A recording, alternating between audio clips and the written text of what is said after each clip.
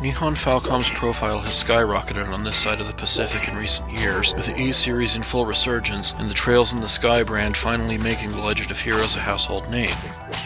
Meanwhile, Brandish is a name some may only be vaguely aware of today from its relatively low-profile Super NES remake 20 years ago, which was actually handled by Koei, not Falcom. Now though, Falcom is bringing Brandish back as an unlikely 2015 PSP game, subtitled The Dark Revenant, with the help of their great localization partners at Exceed Games. Brandish the Dark Revenant is a third-person action dungeon crawler which puts you in the role of Ares Torernos, a swordsman being pursued by the sorceress Della Delon for unnamed crimes against her master, to whom Ares was a chief rival.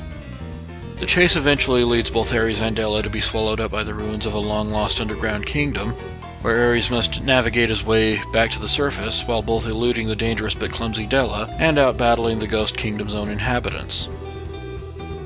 If you've been following Falcom's recent work on Steam and on Sony handhelds, you'll already have a good sense of their rare Midas touch as an RPG studio, and hopefully enough goodwill toward them to give Brandish at least enough attention to work as a starting point.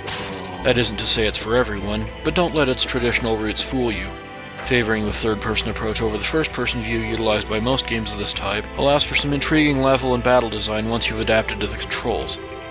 This admittedly can take some doing when playing a game that looks like an old-school Legend of Zelda title but handles like Etrian Odyssey, but both the game's handling and the dungeon nuances, like pit traps, wall arrows, and false walls, should all come to you before too long. You'll be navigating the fantastic level design featured in Brandish like a pro in no time.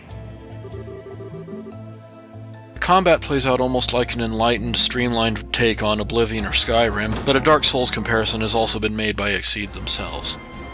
You don't get the customization of the Elder Scrolls series, as Ares is strictly a swordsman and Della, who you'll unlock later, is strictly a magician. As Ares, standing directly next to an enemy will put up an auto guard, during which all but the most overwhelming of melee attacks will be blocked outright. At this point, he can retaliate with a single strike or with a 2 or 3 hit chain, however is appropriate before the enemy puts its guard back up. You don't want to go crazy attacking though, as you're just as vulnerable while attacking or recovering as is the enemy. Moreover, your weapons generally have limited durability, and you don't want to waste it on blocked attacks. Things are a bit more difficult for Della, who lacks Ares' melee and defensive components, but by the time you've unlocked her quest you should be armed with all the understanding you need to get through it. Where the combat really shines, though, is in the boss battles, which are admittedly all too few. Brandish takes the right cues from the right places in its boss encounters, and at its best feels very reminiscent of even The Legend of Zelda: A Link to the Past in its boss design brilliance. They're puzzle bosses to be sure, but none so mind-crushingly elaborate that you'll die more than a couple times before reaching that aha moment where everything falls into place.